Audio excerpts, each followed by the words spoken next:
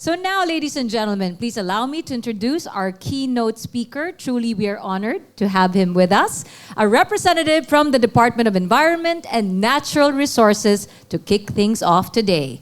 Of course, DENR is at the forefront of advocating sustainability programs here in the Philippines. So everyone, please listen up to the Undersecretary for Field Operations of Mindanao, the Honorable Jocelyn Marcos E. Fragada. Good morning, Yusek.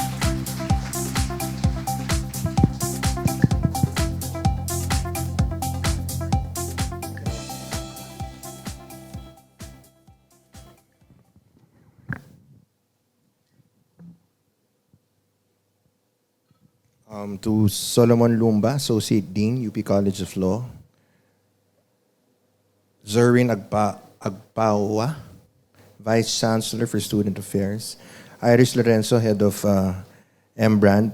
Of course, Mr. Philip Conying, Project Head of Manila Bulletin Sustainability Forum. The other executives from Manila Bulletin Faculty of the University of the Philippines. Our students, our participants from UP Diliman, GCF International School, Centro Escolar University, San Sebastian College, and University of the East. A pleasant morning to everyone. Good morning to everyone. First off, I'm truly honored to be here.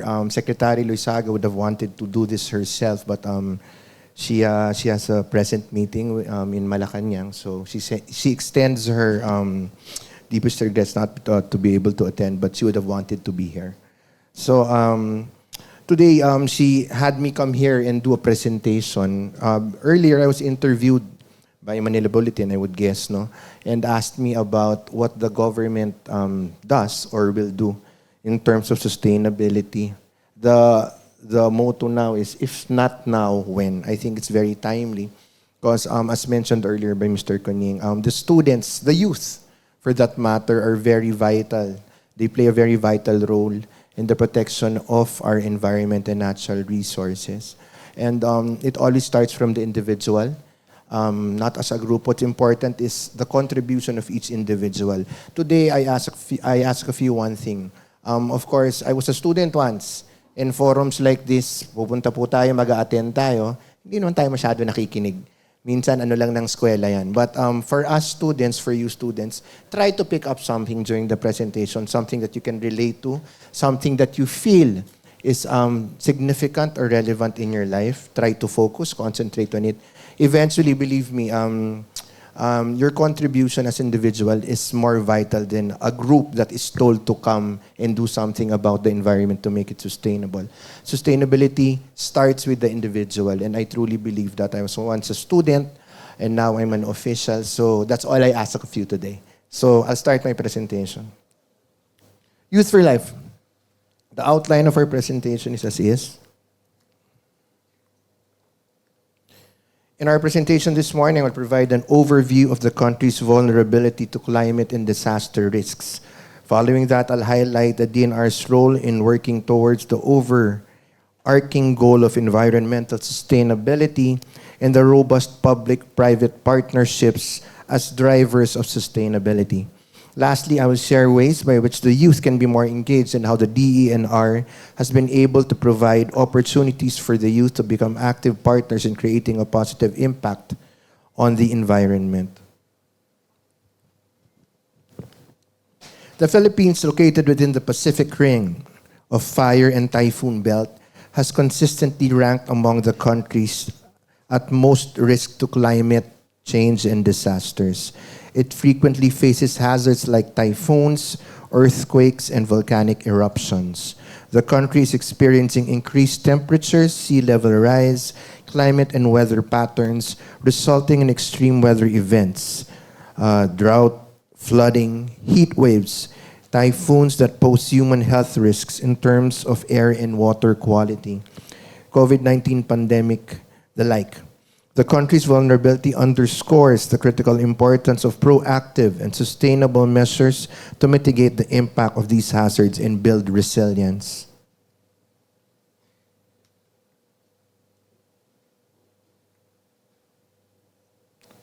In recent years, the Philippines has consistently ranked among the top 10 countries most at risk to disasters. Given the various efforts to reduce countries' risk, we still top the list in the 2023 World Risk Index. I started in government 15 years ago, and I think we're not the top yet who was actually affected by these disasters. But over the years, because of climate change and global warming, we are now number one, which I don't think is a very prestigious statistic, right? But it's important to note, although we are the most affected, we are not part of the top 10 contributors to climate change and global warming, which is ironic, but we are the most affected at this point in time.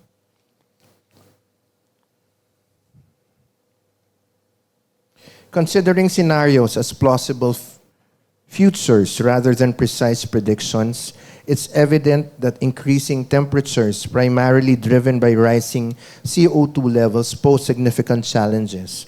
Future emissions are expected to contribute to additional warming, and in the next 2 decades, the global average temperature is projected to reach or surpass 1.5 above pre-industrial levels.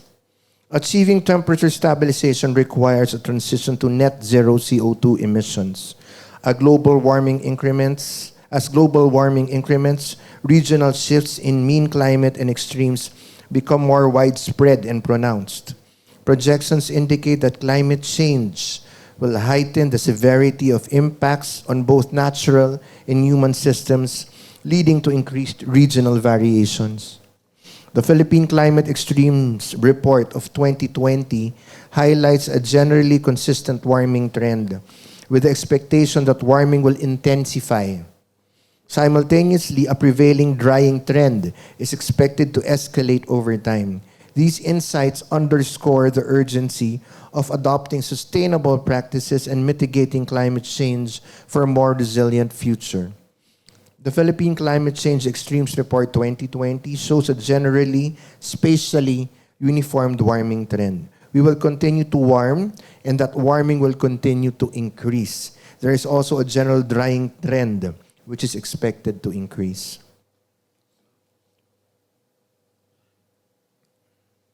The country's loss and damage risks on sectoral damages projections show that by 2050, projected 9 to 21% decline in productivity, with up to 85% of vital land at risk from typhoons, floods, and droughts.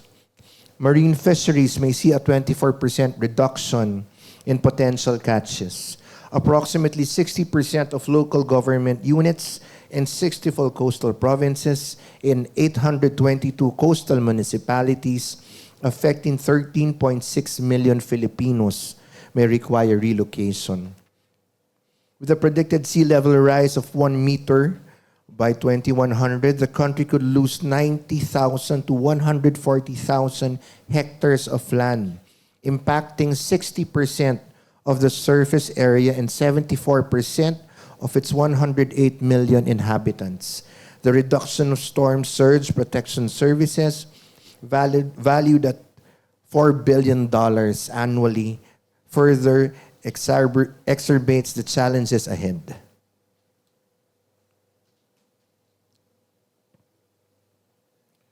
The impacts of climate-induced disasters have resulted in loss of lives and properties.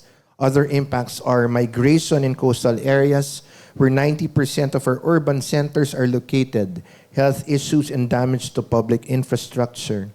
The Philippine Country Climate and Development Report projects infrastructure damage, productivity loss, and business interruptions will impact our GDP by 7.6% by 2030, 13.6% by 2040, and 18 to 25% by 2050. These are compounded with the insufficient proper support mechanisms in place as the government and its partners try to cope accordingly.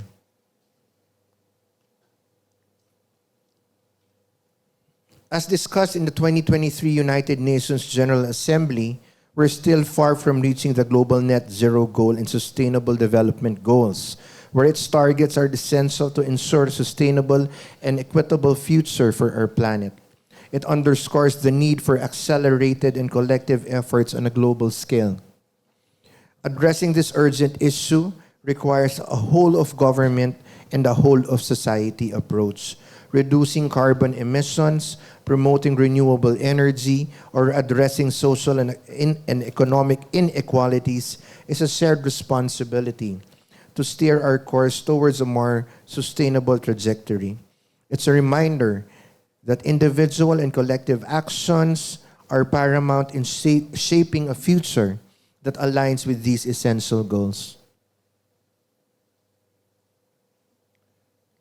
As a rapidly developing country, the Philippines faces many challenges, including unsustainable consumption and production practices, increasing waste generation, and the need to build capacity to reduce, reuse, and repurpose waste. 61,000 metric tons of solid waste are generated daily, and it is estimated that 12 to 24% of which are plastic. Studies by our development partners estimate that we use more than 163 million plastic sachets, 48 million plastic Sando shopping bags, and 45 million plastic labo or thin film bags daily. 33% of all these is disposed of in landfills and dump sites, and around 35% is leaked into the oceans and the environment. In a 2019 World Bank study, it was reported that around 70% of the material value of plastics is lost to the Philippine economy each year, equivalent to a value loss of $790 to $890 million per year. Circularity, therefore, is just not linked to environment sustainability. Its processes can yield system-wide benefits beyond resource efficiency and emissions reduction. Strategic waste management policies and practices can provide stable livelihoods, impact economic growth, enhance food and water security, and disaster resilience. The Philippines is in pursuit of the right combination of science and technology, policy, and practice. Just as we are discovering the true value of our natural capital, the science, engineering, technology, and innovation that support circularity are within reach by tapping into expertise both nationally and internationally. The material value of plastics may also be realized. Policy coherence and partnership synergies can unlock in full economic value and drive the establishment of a green and blue economy. There must be convergence and unity of purpose involving many stakeholders from the other government agencies, large corporations, local government units, and other sectors. The Ecological Solid Waste Management Act of 2020, on which the Extended Producer Responsibility Act of 2022, or EPR, was faced many implementation challenges. Its core principles must now be reinforced, considering the evolving context of climate change and the depletion and competition for natural resources. The government enacted the EPR law to strengthen the integration of ecological solid waste management and resource conservation and recovery in the country by institutionalizing the EPR mechanism and providing a platform for the private sector to improve the way it conducts its business in pursuit of a circular economy.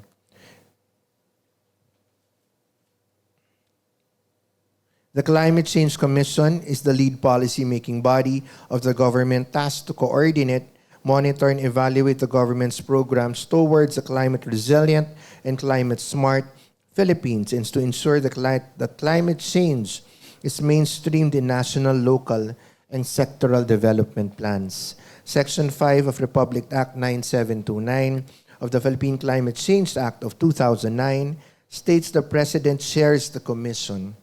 In this administration currently, the Environment Secretary, Secretary Lizaga, is his official representative.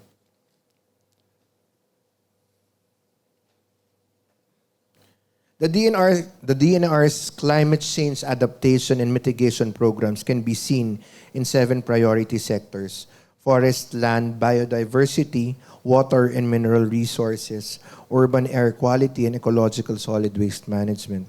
Activities are carried out through our network of regional, provincial, and community offices throughout the 16 regions of the country, 4 staff in 2 line bureaus, and 6 attached agencies. Executive Order 22/2023 created the Water Resource Management Board office under the DNR to harmonize all government efforts and regulatory activities to ensure availability and sustainability of the country's water resources. Actually, most of the projects of the department is always in line with climate change. The National Greening Program, the Biodiversity Program, our programs in protected areas.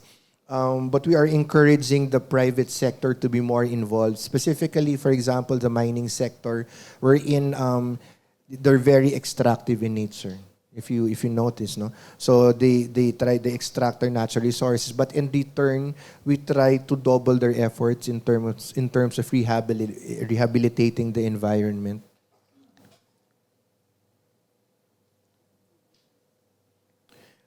The agency continues to lead coherence, convergence, and synergy to ensure that climate change mitigation and adaptation measures are carried out through a whole of society and whole of government approach.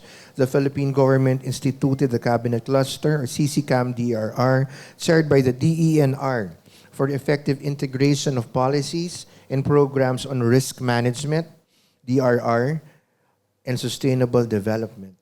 The NEDA, Philippine Statistics Authority, and DNR have been working together to institutionalize natural capital accounting in the Philippines with a roadmap of its implementation by 2040. The Geospatial Database Office was created through a department administrative order to promote the use of technology in gathering science and evidence-based information. Local governments and multi-stakeholders collaboration is being made possible through a project that was introduced by Secretary Loizaga, Project Transform, which I will discuss later.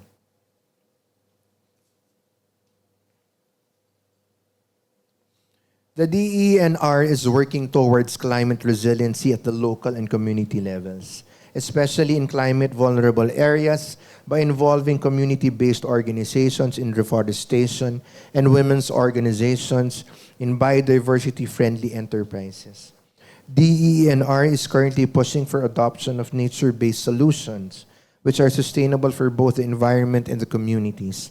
Additionally, we are tapping the capacities of various stakeholders from the national and municipal levels on programs and projects to sustain blue and green economies. This is a new program introduced during the time of Secretary Loizaga. It's called Project Transform. We have it in 3 areas. We have it in Ormoc, Bataan, and we inaugurated the last one in Siargao, in Surigao. Project Transform, or transdisciplinary approach for resilience and environmental sustainability through multi-stakeholders engagement, piloted in Ormoc City, Leyte. The project engages the whole of society in implementing initiatives to improve community resilience, alleviate poverty, promote public-private partnerships, and forge stronger multi-stakeholder collaboration. It will support the DENR's resiliency framework for ENR by delivering environmental, social, and economic gains for local governments nationwide. The project is a testament of the DNR's continuing commitment to build disaster resiliency and environmental sustainability through partnerships with local government and the private sector. I'd like to note that, again, it was mentioned earlier by Mr. Kuning that collaboration is one, and convergence is one of the thrusts of the DNR now. We need the help of the local government, provincial government, the different agencies, specifically the private sector as well, to help us continue to regulate and promote good environmental practices, especially in the field.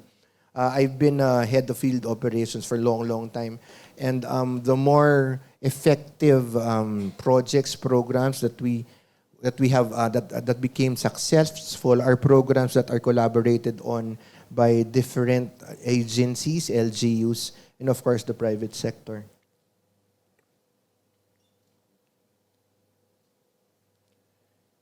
DENR partners for Project Transform, EDC, Energy Development Corporation for Nature-Based Solutions in Ormoc City, developed with DNR 5 modules to strengthen LGU's existing programs in biodiversity, greenhouse gases, accounting, financial literacy, disaster management, and nature-based solutions.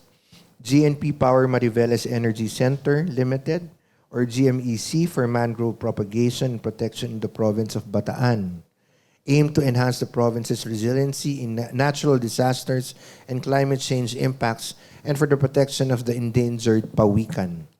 SM Prime Holdings, through its sustainability initiatives, will provide funding for mangrove planting activities and will continue to build resilient infrastructure by allocating 10% capital expenditure per development. Ormoc City was chosen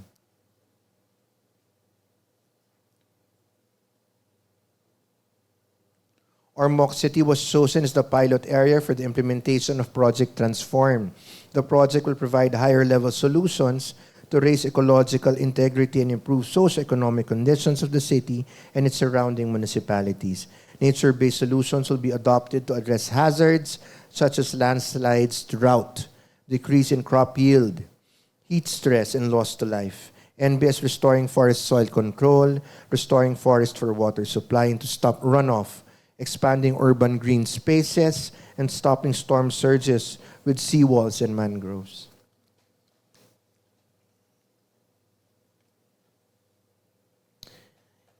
These are our pilot areas in Bataan, Orion, Limay, Mariveles, Municipality of Abukay, and City of Balangao were included as project recipients in August 2023.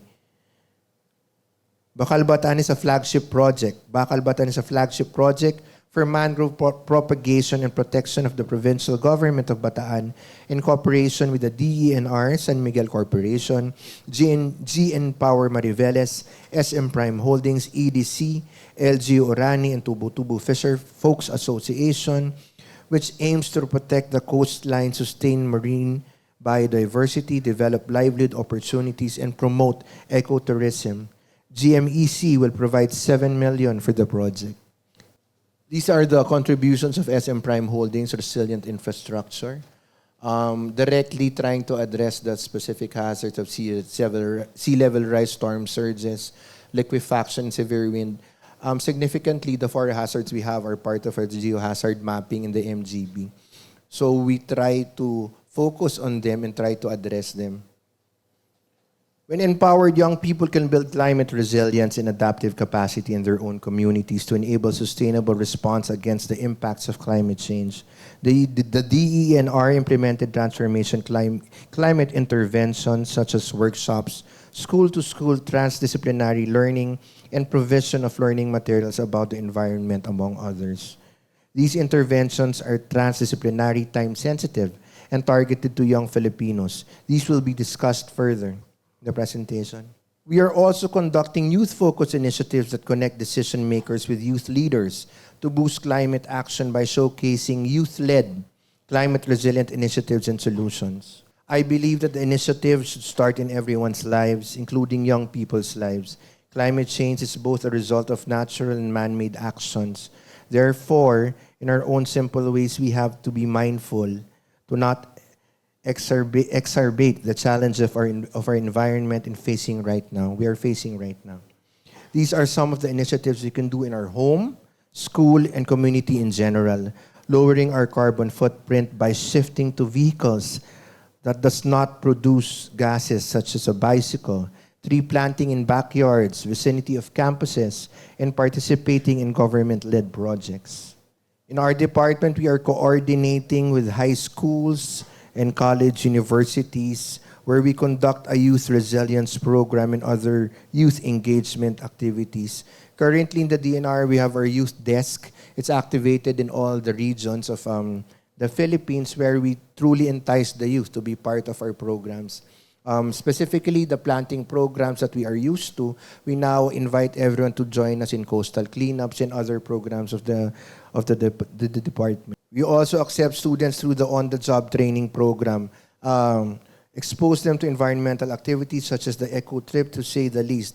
Actually, I don't know the curriculum of the schools now, but even my office, we do hire high school or graduating high school students. We put them on on-the-job training if need be, so they can be exposed as early as exposed as early as now to on how to be able to assist, no, and contribute to protecting our environment. Youth for Life takes off from the Environment for Life advocacy of the DENR. This is an adaptation of the pronouncement by President Marcos that the preservation of the environment is the preservation of life. I urge you to step into the forefront of the sustainability movement. Your energy, passion, and innovative thinking are powerful catalysts for positive change. Embrace opportunities to engage in environmental initiatives, whether it is through activism, volunteering, or joining youth-led organizations. Be the driving force behind sustainable practices in your communities, schools, and beyond. Your actions today contribute not only to a healthier planet, but also to a more resilient and sustainable future for generations to come. Remember, the small steps you take today can lead to giant leaps for sustainable tomorrow. Thank you very much, and good morning. Thank you very, very much, ladies and gentlemen. Yusek Fragada. That overview was really comprehensive. And it did start first on a, oh no, note. And I think it was a big wake-up call, especially for students here. Wow, number one! Are you proud to be number one of the most vulnerable in the world? To have a number one status. Dapat palakpakan yan, di ba? Pero that was the general feel this morning. But Yusek Fragada ended it on a very encouraging note. You can contribute. Yes?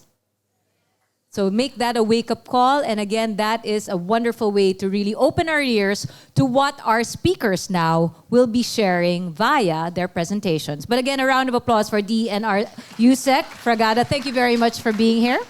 And of course, do give our regards to Secretary Loizaga. Okay.